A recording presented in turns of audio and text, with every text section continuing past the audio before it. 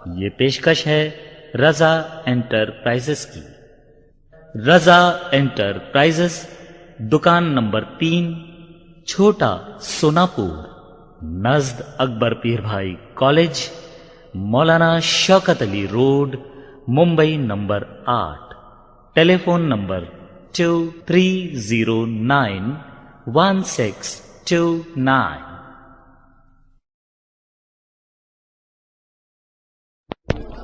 الفاتحہ۔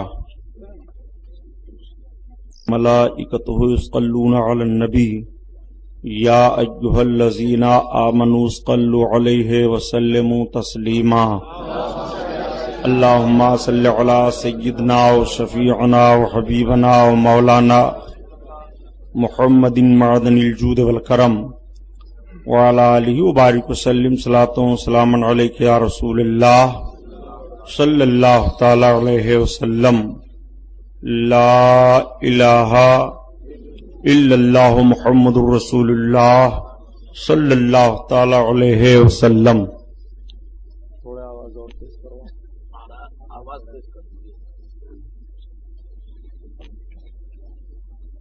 الحمدللہ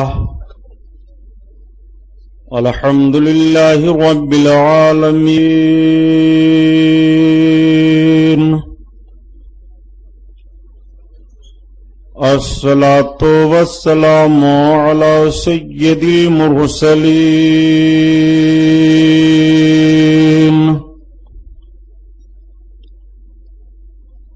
وعلی آلہ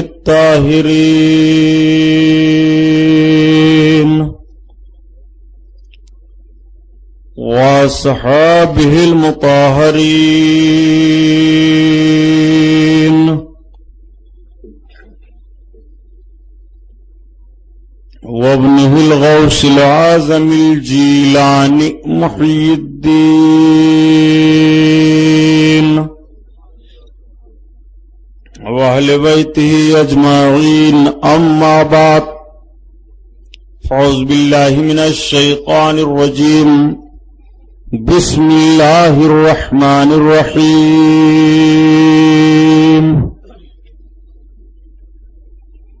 قال اللہ تعالی فی القرآن العظیم والفرقان الحمید، قل یا ایھا الناس انی رسول اللہ علیکم جمیعا، صدق اللہ البصیر القدیر وصدق رسولہ الرشید النذیر، والحمد للہ رب العالمین۔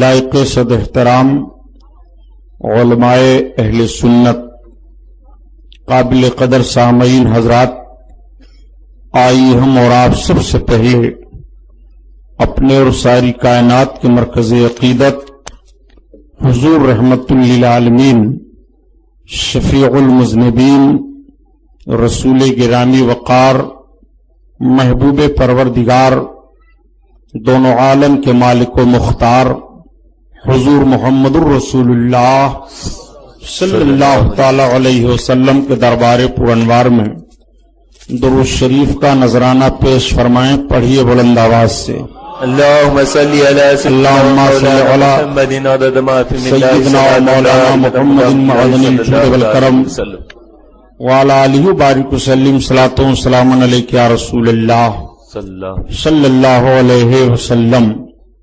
خیر و برکت کے لیے اور درود پاک پڑھ لیجیے۔ اللہم صلی علی سیدنا و مولانا محمد معدن الجود والکرم وبارک وسلم وعلی آلہ بارک وسلم، صلاۃ و سلام علیک یا رسول اللہ صلی اللہ تعالی علیہ وسلم۔ حضرات، آج آپ کا یہ رحمت و نور میں ڈوبا ہوا جلسہ جو عیدگاہ میدان کے گراؤنڈ میں منعقد ہے، رضا چوک پہ منعقد ہے، ہم اور آپ شرکت کی سعادت حاصل کیے ہوئے ہیں، یہ ہماری اور آپ کی خوش بختی ہے کہ اس پرفتن دور میں اپنے آقا صلی اللہ علیہ وسلم کے ذکر جمیل کی محفل کا انعقاد کر کے غلامی کا ثبوت پیش کر رہے ہیں۔ آپ کے اس جلسہ کی تاریخ نے مجھ کو حیرت میں ڈال دیا کہ 92 سے بمبئی کی سرزمین پر جہاں جہاں بھی میں نے خطاب کیا مجھ کو اتنی پبلک نہیں ملی جتنی یہاں موجود ہے۔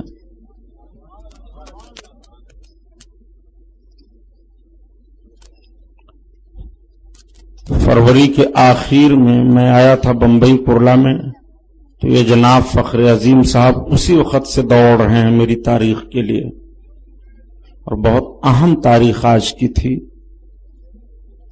جس کو میں نے ہر سائڈ سے سمیٹ کر کے آپ کی اس آبادی کے لیے دیا۔ میں سمجھتا تھا کہ بہت بڑی کانفرنس ہوگی، بہت بڑا جلسہ ہوگا، لیکن آنے پر پتہ چلا کہ آپ مختصر لوگ یہاں ہیں۔ ویسے جگیشوری ویسٹ میں بہت ساری تقریریں میری ہوئی ہیں، اور جگیشوری ہی سے قریب میرا جہاں تک خیال ہے 4 کوپ لگتا ہوگا، وہاں کے لوگ موجود ہیں۔ جمعہ کے روز وہاں بھی بہت بڑا جلسہ ہے۔ محترم کتاب اللہ صاحب اس جلسے کے اہم ذمہ داروں میں سے تشریف لائے ہیں، جو اسٹیج پر بھی موجود ہیں۔ مولانا فیاض صاحب بہت دور سے چل کر آئے ہیں تاریخ لینے کے لیے، تو مجھ سے کان میں کہتے ہیں کہ بڑا مختصر مجمع ہے، لیکن آپ قلت و کثرت پر نہ جائیں، میں انشاءاللہ بیان کروں گا۔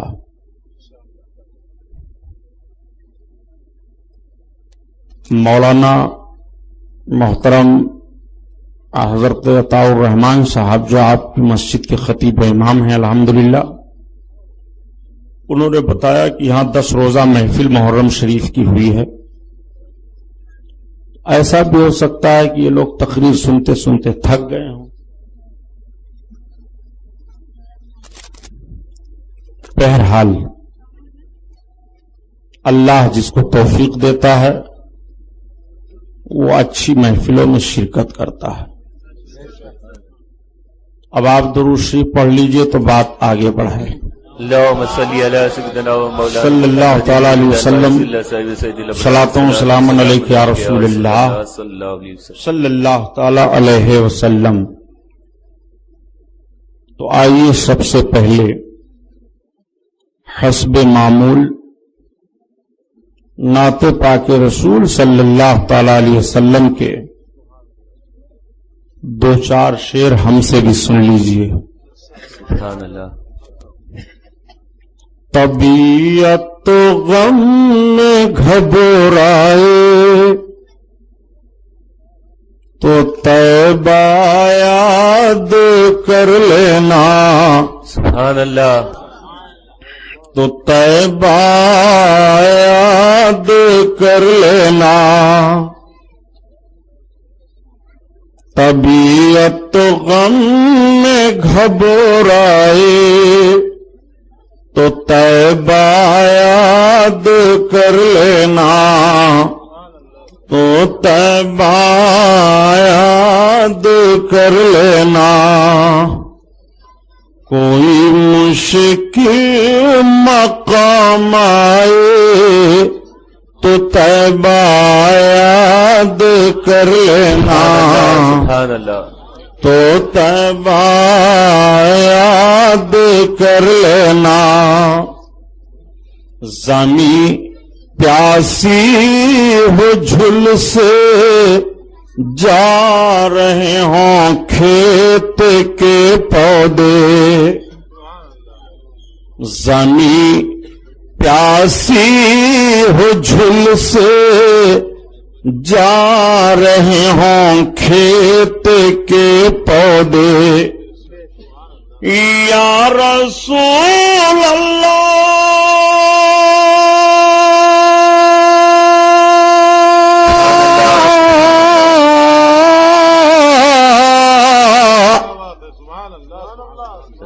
زمیں پیاسی ہو جھل سے جا رہے ہوں کھیت کے پودے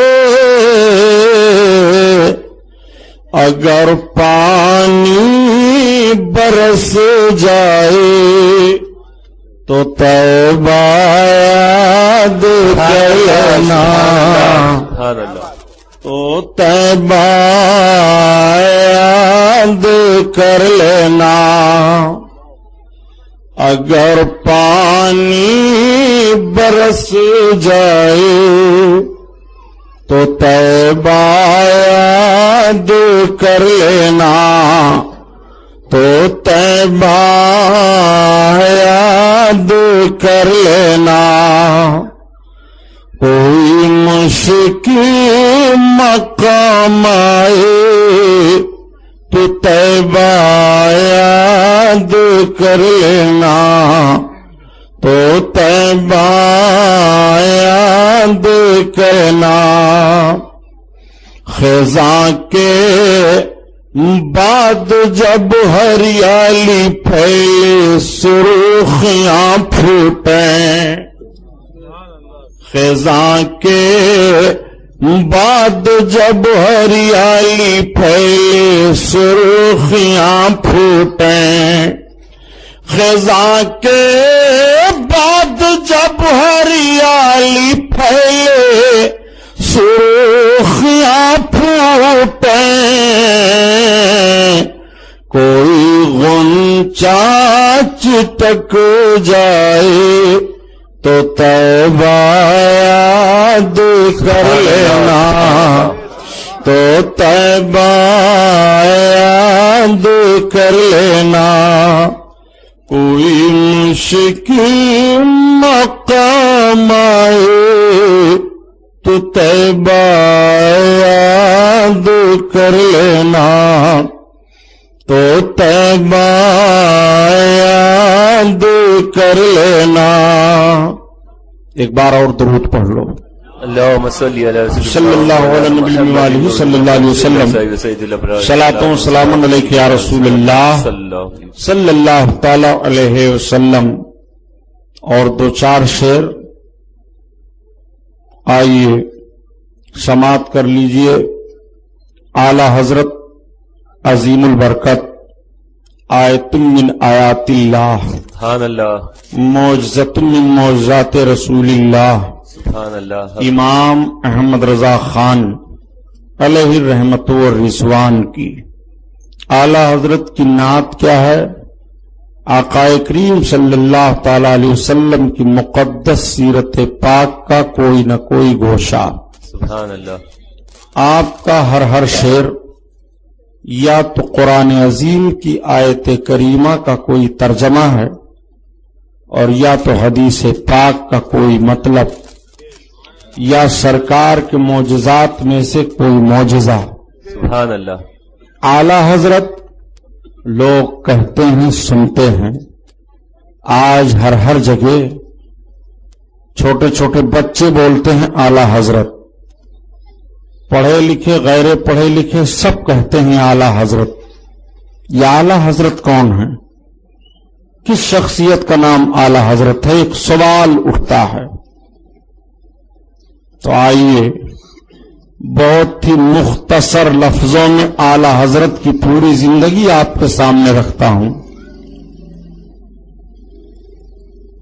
سن 1856 عیسوی میں بریلی شریف اتر پردیش کا ایک شہر ہے وہاں ایک پٹھان گھرانے میں ایک بچے کی پیدائش ہوئی 13 برس کی عمر میں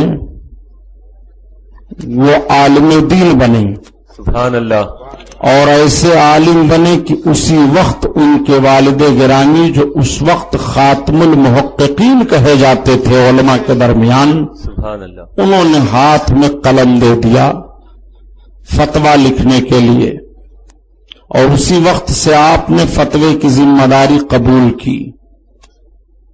کچھ روز کا عرصہ گزرا تھا کہ سارے لوگوں نے آپ کو مجدد کہنا شروع کر دیا۔ سبحان اللہ، مجدد کسے کہتے ہیں؟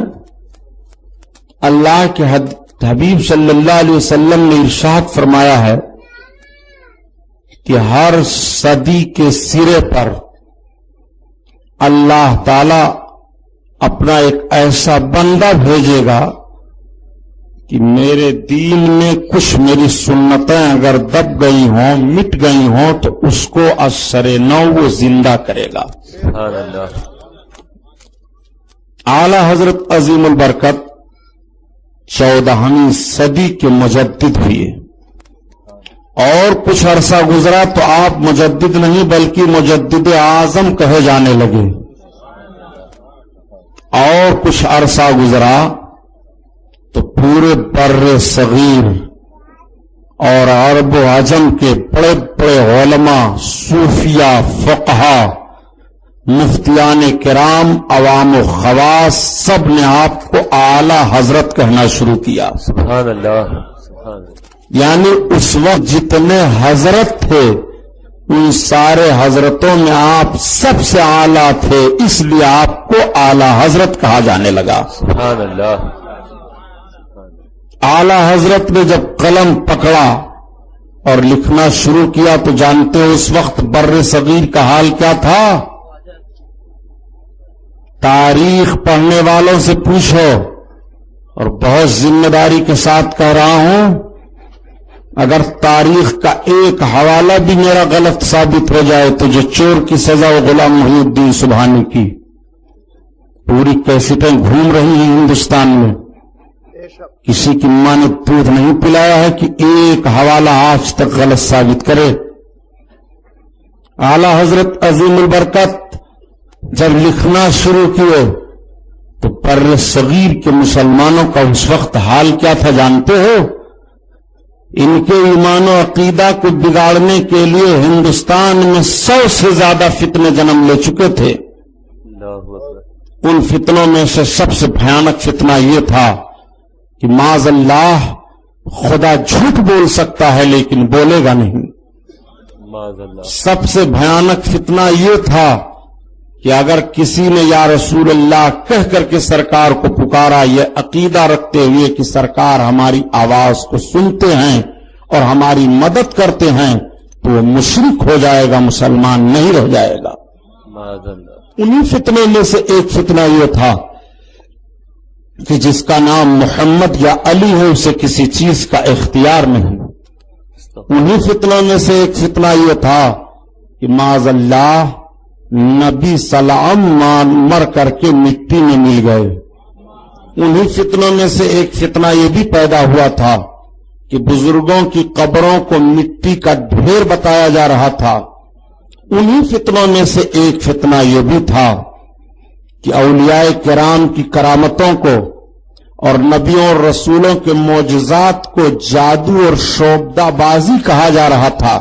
معاذ اللہ، انہی فتنوں میں سے ایک فتنہ یہ بھی تھا کہ دہلی کے جامع مسجد کے منبر پر ہندوستان کے سیاسی لیڈر گاندھی جیسے کو لے جا کر تقریر کروائی گئی تھی اور یہ کہا گیا تھا کہ اگر نبوت کا دروازہ بند نہ ہوا ہوتا معاذ اللہ تو ہم گاندھی کو نبی مان لیتے۔ معاذ اللہ، انہی فتنوں میں سے ایک فتنہ یہ تھا کہ اسی دہلی کے جامع مسجد کے منبر پر ایک طرف قرآن کو رکھا گیا تھا اور ایک طرف گیتا کو رکھا گیا تھا، اور یہ ذہن و فکر دینے کی کوشش کی گئی تھی کہ قرآن بھی صحیح کتاب ہے اور معاذ اللہ گیتا بھی صحیح کتاب ہے، اور دونوں پر ہار و پھول ڈالے گئے تھے۔ ایسے ایسے بھیانک فتنے جنم لے چکے تھے، اور ان فتنوں کو پیدا کرنے والے کوئی معمولی لوگ نہیں تھے۔ ان فتنوں کو جنم دینے والے بڑی بڑی خانقاہوں کے بڑے بڑے لوگ کہے جانے والے تھے۔ حکیم الامت، قاسم العلوم والخیرات جو اپنے انام کے آگے لکھتے تھے لکھاتے تھے، وہ لوگ ان فتنوں کو پیدا کرنے والے تھے. ان فتنوں کے پیدا کرنے والے معمولی لوگ نہیں تھے، بلکہ بہت بڑے جبہ و دستار والے تھے، جنہوں نے انگریز کے اشاروں پر قوم کا اور قوم کے لوگوں کے مذہبی رجحان کا سودا کیا تھا. دل کے صاف اجالے میں ملت کے ایمان پر ڈاکہ ڈالا تھا. قوم گھبرا گئی تھی. لوگ سوچ رہے تھے کہ بزرگوں کی چوکھٹوں سے ہم لگے لپٹے تھے، لیکن اب ان کی بارگاہ میں ہم جائیں کیسے؟ ہم مدد کے لیے اپنے آقا کو پکارتے تھے، اب پکاریں کیسے؟ یہ تو عجیب ساری باتیں سامنے آئی ہیں. مسلمان ایک عجیب کیفیت میں مبتلا تھا کہ اعلی حضرت عظیم البرکت نے اکیلے ڈٹ کر کے ہر فتنے کا جواب دیا، اور ایسا جواب دیا پھر آپ کے جواب کے آگے کسی کو سر اٹھانے کی گنجائش نہیں رہی. اور بر صغیر کے مسلمانوں کے ایمان و عقیدہ کی حفاظت ہو گئی. مسلمان مطمئن ہو گیا تو ہندوستان ہی نہیں بلکہ دنیا کے گوشہ گوشہ میں جس جگہ بھی خوش عقیدہ مسلمان تھے اس کونے کونے سے اور ہر گھر سے یہ آواز آنے لگی کہ ڈال دی قلبوں میں عظمت مصطفیٰ، سبحان اللہ سبحان، ڈال دی قلبوں میں عظمت مصطفیٰ، سیدی اعلی حضرت پہ لاکھوں سلام، نعرہ تکبیر، سلام، نعرہ رسالت. یہ ہیں اعلی حضرت. اعلی حضرت پر آج یونیورسٹیوں میں تحقیق ہو رہی ہے. دنیا کا کون سا ایسا محقق ہے جو اعلی حضرت کی کتاب پر تحقیق کرنے کے لیے خواہش نہیں رکھتا؟ جامعہ ازہر مصر سے لے کر کے اور ہندوستان میں جتنی بھی یونیورسٹیاں پائی جا رہی ہیں، ہر یونیورسٹی میں اعلی حضرت کی تحریروں پر ریسرچ ہو رہا ہے. وہ اعلی حضرت ہیں. اعلی حضرت کو سمجھنے چلے ہو جب سن 47 میں بٹوارا ہوا تھا اور اسی بھارت کے پیٹ سے جنم لے کر کے ایک ملک بنا تھا جسے پاکستان کہتے ہیں.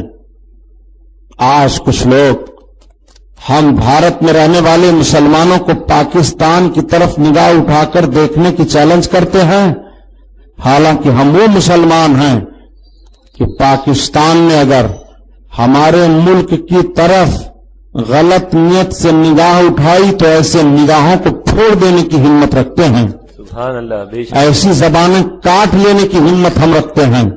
ہمارا کوئی تعلق نہیں ہے ان لوگوں سے. اسی ہندوستان کے پیٹ سے وہ ملک نکلا اور اس ملک کا سب سے پہلا امور مذہبیہ کا صدر جو بنائے گئے وہ مولانا کوثر نیازی ہیں. مولانا کوثر نیازی کہتے ہیں جب سب سے پہلے مجھ کو امور مذہبیہ کا صدر بنایا گیا تو میں سمجھتا تھا کہ مجھ جیسا اسلامیات پر معلومات رکھنے والا کوئی نہیں ہے. میں سمجھتا تھا کہ دینی کتابیں جتنے میں نے پڑھ لی ہیں اتنی کتابیں کسی نے نہیں پڑھی ہیں. مولانا کوثر نیازی بیان کرتے ہیں کہ اس وقت میری لائبریری میں دینی کتابیں 10,000 سے زائد تھیں اور میں نے زندگی میں اتنے روٹی کے ٹکڑے توڑ کر کے نہیں کھائے جتنی کتابوں کا مطالعہ کیا تھا. لیکن یہی مولانا کوثر نیازی کہتے ہیں کہ جب میں نے اعلی حضرت امام احمد رضا خان کی کتاب فتاوی رضویہ کی پہلی جلد کا خطبہ پڑھا تو مجھ کو ایسا لگا کہ میں ابھی علم کے سمندر کے کنارے کھڑے ہو کر کے سیپیاں چن رہا ہوں. سبحان اللہ سبحان اللہ. وہ اعلی حضرت کا علم ہے. وہی مولانا کوثر نیازی کہتے ہیں کہ اعلی حضرت کو سمجھنے چلے ہو اردو زبان میں جب حضرت کا لفظ بولا جاتا ہے تو اس سے تاجدار انبیاء حضور سید المرسلین صلی اللہ تعالی علیہ وسلم کی عظیم ذات سمجھ میں آتی ہے، اور جب اردو لفظ میں اعلی حضرت کا لفظ بولا جاتا ہے تو اس سے آقا کریم صلی اللہ تعالی علیہ وسلم کے ایک عاشق امام احمد رضا خان کی ذات سمجھ میں آتی ہے. سبحان اللہ سبحان. وہ اعلی حضرت ہیں. وہی مولانا کوثر نیازی بیان کرتے ہیں. یہ اعلی حضرت کو سمجھ رہے ہو؟ اعلی حضرت پر الزام لگایا جاتا ہے کہ وہ بدعتوں کے موجب تھے. اعلی حضرت تو بدعتوں کو ختم کرنے والے تھے. بے شک. اعلی حضرت سے جب پوچھا گیا کہ حضور ان مسئلوں کے تعلق سے کیا کہا جاتا ہے، تو ایسا جواب دیا ہے امام احمد رضا خان نے کہ مولانا کوثر نیازی کہتے ہیں کہ کیا کوئی جواب دے گا جس نے بدعتوں کو ختم کیا، جس نے بزرگوں کے مزارات پر حاضری کے آداب بتائے، جس نے آقا کی سنتوں پر عمل کرنے کا صحیح طریقہ بتایا اور اس کی نشاندہی کی. اس عظیم ذات پر یہ اعتراض کیا جائے، یہ اعتراض غلط ہے. امام احمد رضا خان کی بخشش کے لیے تو ان کا ایک ہی شعر کافی ہے جو سلام کے طور پر پڑھا جاتا ہے اور پوری دنیا میں پڑھا جاتا ہے. آج تک اردو زبان میں کسی نے ایسا سلام نہیں کہا ہے جیسا اعلی حضرت نے کہہ دیا، مصطفیٰ جان رحمت کے لاکھوں سلام، شمع بزم ہدایت کے لاکھوں سلام. ایسا سلام کہا ہے امام احمد رضا خان نے. یہی ایک سلام ان کی بخشش کے لیے کافی ہے. یہ بیان مولانا کوثر نیازی کا ہے. اعلی حضرت عظیم البرکت کو ہم اور آپ نہ سمجھ پائیں گے. آج وضاحت میں کر دوں، مولانا عطاء الرحمان صاحب نے کہا کہ عجیب ذہن کے لوگ ہیں، سب سنی ہیں مگر تعجب کرنے لگتے ہیں. ایسا لگا کہ شاید انہیں معلوم نہیں ہے. کبھی کبھی اہل سنت جماعت کوئی فرد جلسہ میں یا اہم کوئی میٹنگ ہو تو نعرہ لگاتا ہے جوش میں، مسلک اعلی حضرت، پورے عوام بول پڑتے ہیں زندہ باد. ایک ذہن دیا گیا، یہ پانچواں مسلک کون نکال لیا گیا ہے؟ اعلی حضرت کا مسلک کون سا مسلک ہے؟ بہت ذہن حاضر کر کر کے سنیے گا. آپ سوال سن لیتے ہیں، اس کا سیاق و سباق نہیں سوچ پاتے کہ معاملہ کیا ہے. ایک مذہب ہے مذہب اسلام. کون سا مذہب ہے؟ مذہب اسلام. اللہ کے حبیب صلی اللہ علیہ وسلم کا کلمہ ایک، لا الہ الا اللہ محمد الرسول اللہ. سارے صحابہ نے یہی کلمہ پڑھا. آج بھی کوئی اسلام میں داخل ہو تو یہی کلمہ پڑھ کر کے اسلام میں داخل ہوگا. تو مذہب تو ایک ہے، مذہب اسلام. چار مذہب کہاں سے آپ نے نکال لیا؟ یہ میرا سوال ہے. آپ نے چار مذہب کہاں سے وضع کر لیا؟ میں الٹے آپ سے سوال کر دوں کہ یہ چار مذہب آپ نے کہاں سے نکالا؟ مذہب تو ایک مذہب ہے، مذہب اسلام. کیا حضرت ابو بکر صدیق حنفی مسلک کے تھے؟ کیا حضرت امام حسین کربلا میں جو شہید ہوئے شافعی مسلک کے تھے یا حنبلی تھے؟ حضرت امام علی مقام تو جب تھے تو ان اماموں کا پتہ ہی نہیں تھا. تو حسینی مذہب کیوں نہیں نعرہ لگایا جاتا؟ صدیقی مسلک کیوں نہیں نعرہ لگایا جاتا؟ فاروقی مسلک کیوں نہیں نعرہ لگایا جاتا؟ عثمانی مسلک کیوں نہیں نعرہ لگایا جاتا؟ حسینی مسلک کیوں نہیں نعرہ لگایا جاتا؟ اگر سوال کرو گے تو ایک بڑی لمبی فہرست ہو جائے گی. اب آپ سمجھو، یہ چار مذہب مسائل میں عمل کرنے کے لیے جو منتخب کیے گئے، کیوں؟ جب حضرت علی رضی اللہ تعالی عنہ کے دور خلافت میں اور حضرت امیر معاویہ رضی اللہ تعالی عنہ کے دور گورنری میں دونوں صحابیوں میں اختلاف ہوا.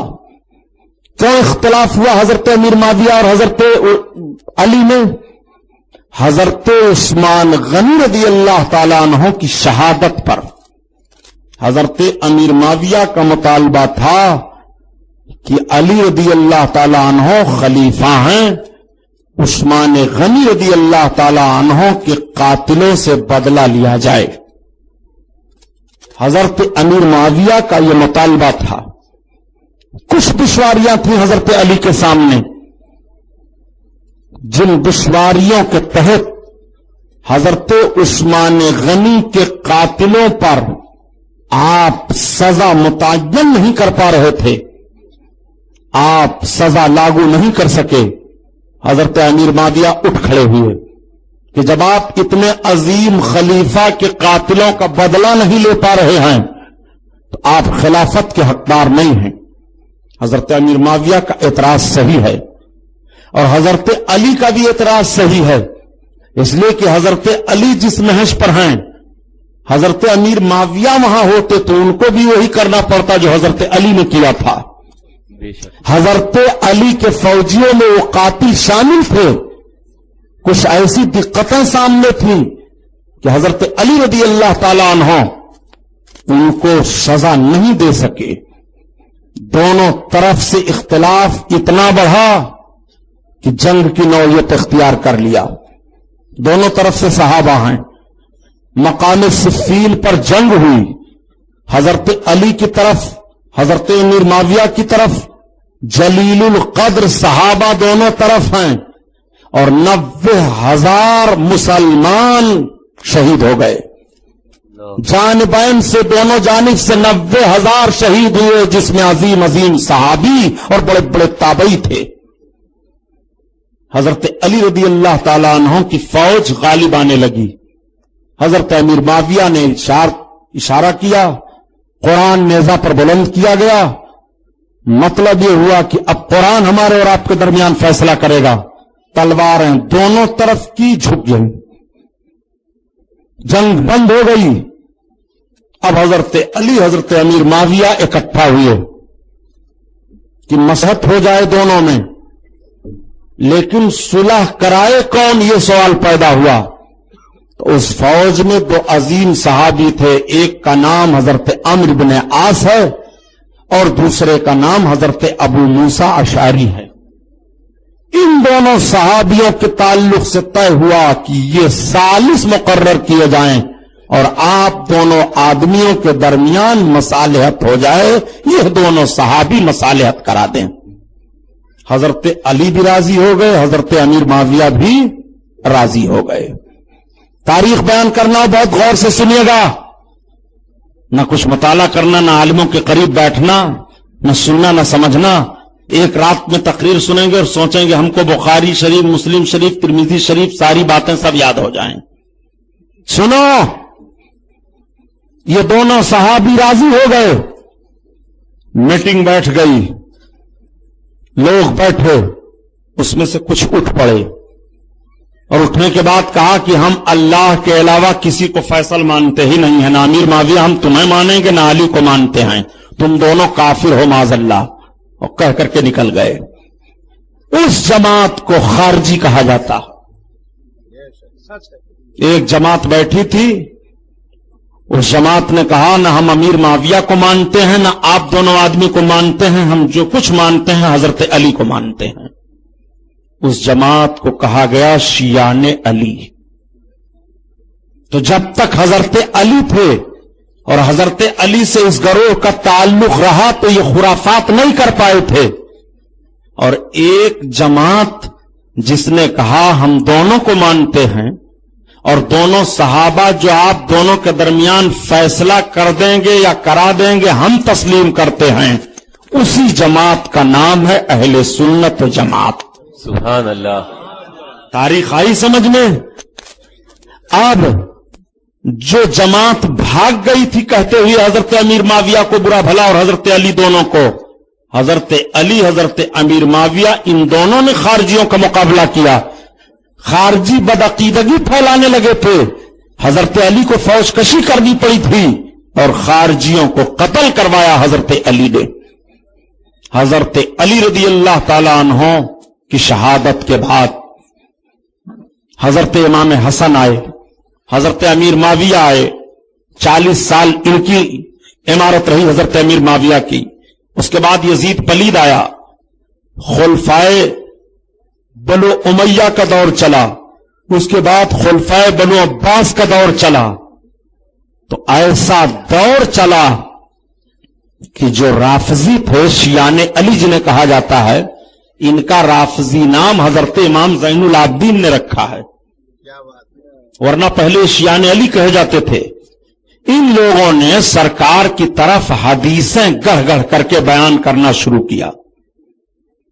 اور جب اس طرح سے حدیثوں کو اور مسئلوں کو توڑ مروڑ کر بیان کرنا شروع کیا، کوئی نماز اس طرح سے پڑھ رہا ہے، کوئی اس طرح سے پڑھ رہا ہے، کوئی روزہ یہاں اتنے وقت افطار کر رہا ہے، کوئی اتنے وقت افطار کر رہا ہے، کوئی قربانی اس طریقے سے کر رہا ہے، کوئی اس طریقے سے کر رہا ہے، کوئی نکاح اس طرح سے کر رہا ہے، کوئی طلاق اس طرح سے کر رہا ہے، مسائل بگڑنے لگے تو یہ طے پایا کہ فقہائے کرام جو ہیں، اللہ کے حبیب کی حدیثوں کو جو سمجھنے والے بڑے بڑے عالم ہیں، ان بڑے بڑے عالموں نے جو کتابیں ترتیب دی ہیں ان کو سامنے لاؤ اور دیکھو کہ سرکار کی حدیثوں سے صحیح صحیح مسائل جن کی کتاب میں پائے جائیں ان کی فقہ پر عمل کیا جائے۔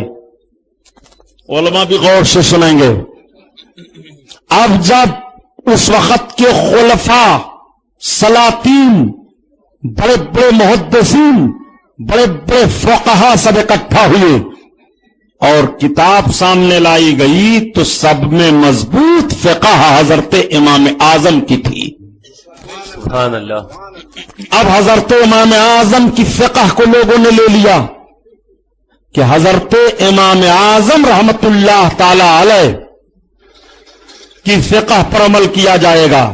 دوسری فقہ حضرت امام شافعی کی آئی، تیسری ہے حضرت امام حنبل کی، پانچویں حضرت امام مالک کی، چوتھی حضرت امام مالک کی۔ ان چار اماموں کی فقہ جو ہے وہ مرتب ہو چکی تھی، مدون ہو چکی تھی، اس لیے طے پایا کہ ان چار مفتیوں ہی کے فتوے پر اور انہوں نے جو احادیث سے اور قرآن پاک سے مسائل بیان کر کے کتابوں میں اپنی اپنی جمع کیے ہیں، انہی پر اب عمل ہوگا۔ اب جس کو جس کی کتاب ماننا ہو مانے، عقیدہ سب کا ایک ہے اہل سنت و جماعت۔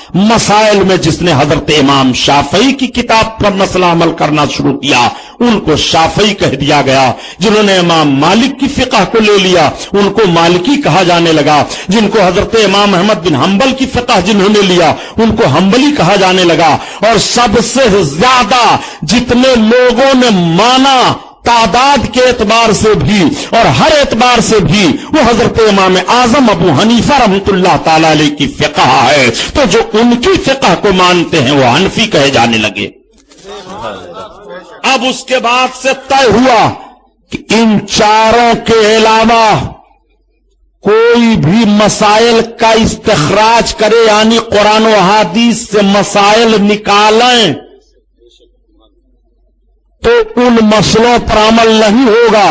ہاں اگر وہ مسئلے ان چاروں اماموں کے مسائل سے مطابقت کر رہے ہیں تو عمل ہوگا، اور اگر ان چاروں کے مسائل سے مطابقت نہیں کر رہے ہیں تو چھوڑ دیا جائے گا، عمل نہیں کیا جائے گا۔ انہی چاروں کے مسئلوں پر عمل کیا جائے گا۔ بہت غور سے سنیے گا۔ اب پانچواں کوئی نہیں مانا جائے گا۔ اب سوال یہ پیدا ہوا کہ جو مسلک امام اعظم، امام شافعی، امام احمد حنبل، امام مالک ان چاروں کا ہے، وہی مسائل سارے صحابہ نے بیان کیے ہیں، وہی مسائل حضرت امام حسین نے بیان فرمائے ہیں، وہی مسائل ان کے والد گرامی نے بیان فرمائے ہیں، وہی مسائل حضرت عثمان غنی، حضرت عمر فاروق اعظم خلیفہ اول، حضرت ابوبکر صدیق اور بانی اسلام حضور محمد الرسول اللہ صلی اللہ تعالی علیہ وسلم نے جو مسائل بیان فرمائے ہیں وہ سارے مسائل انہی چار فقیہوں کی فقہ میں پائے جا رہے ہیں۔ اب حضرت امام اعظم ابو حنیفہ نے جو مسائل بیان کیے ہیں انہی مسائل کو عصر نو 14ویں صدی میں ہندوستان کے مجدد اعظم امام احمد رضا خان نے بیان کیا۔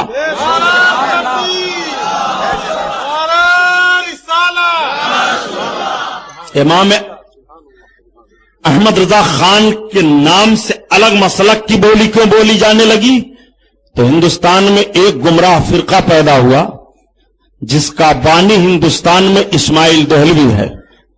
اسماعیل دہلوی کی کتاب تقویت الایمان کی پیٹ سے وہ فرقہ نکلا، اور وہ فرقہ بظاہر نماز و روزہ حج و زکات ہماری طرح کر رہا ہے، لیکن اس فرقے کا عقیدہ وہابی عقیدہ ہے، جس کہتے ہیں دیوبندی. تو دیوبندیوں اور سنیوں میں تمیز ہو جائے، سنی سمجھ لے کہ ہم جس عقیدے اور جس مسلک پر ہیں اس مسلک پر دیوبندی نہیں ہیں. دیوبندی نماز تو ہماری طرح پڑھتا ہے مگر اس کا عقیدہ ہماری طرح نہیں ہے. اس لیے عقیدے کا فرق معلوم کرنے کے لیے کہ سنی دھوکہ نہ کھا جائے کہ یہ نماز روزہ ہماری طرح سے کر رہا ہے، یہ ہماری طرح سے حج کر رہا ہے، یہ زکات ہماری طرح سے دے رہا ہے، لیکن عقیدہ مختلف ہے. عقیدہ مختلف ہونے کی بنیاد پر تمیز ہو جائے. ایک لفظ سامنے لایا گیا، مسلک امام احمد رضا. سبحان اللہ. نعرہ تکبیر، نعرہ رسالت، مسلک اعلی حضرت. اب امام احمد رضا خان کا کوئی الگ مسلک نہیں ہے. امام احمد رضا خان کا جو مسلک ہے وہی امام اعظم ابو حنیفہ کا ہے. جو عقیدہ امام اعظم ابو حنیفہ کا ہے اللہ اور اللہ کے رسول کے نزدیک، وہی عقیدہ امام احمد رضا خان کا ہے. اب یہ لوگ اگر کچھ کہیں، ایک مرتبہ ایک دیوبندی نے مجھ سے سوال کیا تھا کہ مسلک اعلی حضرت، مسلک اعلی حضرت اس کا مطلب ان کا کوئی دین ہے؟ تو ہم نے کہا تیری عقل کا جنازہ نکل گیا ہے. قبر کے سوال کو تو سمجھتا ہے؟ کہا ہاں سنا ہوں کہ قبر میں 3 سوال ہوں گے. تو ہم نے کہا اس میں ایک سوال فرشتے کریں گے، من دین کا تیرا دین کیا ہے، ما دین کا تیرا دین کیا ہے. تو دنیا میں کوئی الگ سے تیرا دین تھا کیا جو فرشتے قبر میں تجھ سے پوچھیں گے ما دین کا تیرا دین کیا ہے؟ لوگ یوں ہی چلتے پھرتے بولتے ہیں کہ نہیں صاحب آپ کا مذہب کیا ہے، آپ کا دین کیا ہے، بولتے ہیں کہ نہیں بولتے ہیں. تو اس سے مطلب یہ نہیں ہوتا کہ اس نے خود کوئی دین بنایا ہے جس دین کے تعلق سے اس سے پوچھا جا رہا ہے. تو قبر میں فرشتے پوچھیں گے ما دین کا تیرا دین کیا ہے، تو تو جواب دے گا کہ دینی الاسلام ہمارا دین اسلام ہے. تو بتا تیرا دین اسلام ہے کہ اسلام اللہ کے حبیب کا دین ہے؟ اللہ کے حبیب نے اسلام ہم کو دیا تب ہم کو اسلام ملا، اور تو قبر میں کہہ رہا ہے کہ ہمارا دین اسلام ہے. ظالم بولتا ہے سمجھتا نہیں، بقول حضرت علامہ نظامی رحمت اللہ علیہ کے. اس لیے اگر کہا جائے مسلک اعلی حضرات تو یہ کوئی دوسرا مسلک نہیں ہے، یہ وہی مسلک ہے جو امام اعظم ابو حنیفہ کا ہے. پیارے بد مذہبوں سے تمیز پیدا کرنے کے لیے اس دور میں تاکہ بد مذہب تمہیں دھوکہ نہ دینے پائے امام احمد رضا خان کا نام لے لیا جاتا ہے. سبحان اللہ، سبحان اللہ. رافضی دھوکہ نہ دینے پائے امام اعظم ابو حنیفہ کا نام لیا گیا. شافعی کا نام لیا گیا تاکہ رافضیوں سے دھوکہ نہ کھا جاؤ. حضرت امام احمد حنبل کا نام لیا گیا. حضرت امام مالک کا نام اسی لیے لیا گیا تاکہ جو رافضیوں نے حدیثیں گڑ گڑ کر کے بیان کرنا شروع کیا تھا اور اپنا عقیدہ الگ وضع کر لیا تھا، ان سے تمہارا فرق ہو جائے. ایسے 14ویں صدی میں جب یہ بد مذہب روپ بدل کر کے تمہارے سامنے آنا شروع ہوئے تو علماء اہل سنت نے ایک نعرہ دیا کہ بھارت کی سرزمین پر اگر تم وفاداران مصطفیٰ اور غداران مصطفیٰ کو پہچاننا چاہتے ہو تو مسلک اعلی حضرت کہہ دو، چہرہ سمجھ میں آ جائے گا. سبحان اللہ، سبحان اللہ. نعرہ تکبیر، نعرہ رسالت. بات سمجھ میں آ گئی؟ اب اس لفظ پر الجھاؤ نہ پیدا کیجئے گا. اگر آپ سنی ہیں تو سنی ہو کر کے یار اس پر الجھاؤ. معاذ اللہ رب العالمین، نہ تم صدمے ہمیں دیتے، نہ یوں فریاد ہم کرتے، نہ کھلتے رازے سربستہ، نہ یوں رسوائیاں ہوتی. بے شک. آج 14 محرم کی تاریخ تھی، یہ 15ویں رات لگی ہوئی ہے. 14ویں رات میں 1:40 1:40 پر 1402 ہجری میں حضور مفتی اعظم ہند رضی اللہ تعالی عنہ، جو مفتی اعظم ہی نہیں ہے بلکہ مفتی اعظم عالم ہیں، بے شک سبحان اللہ.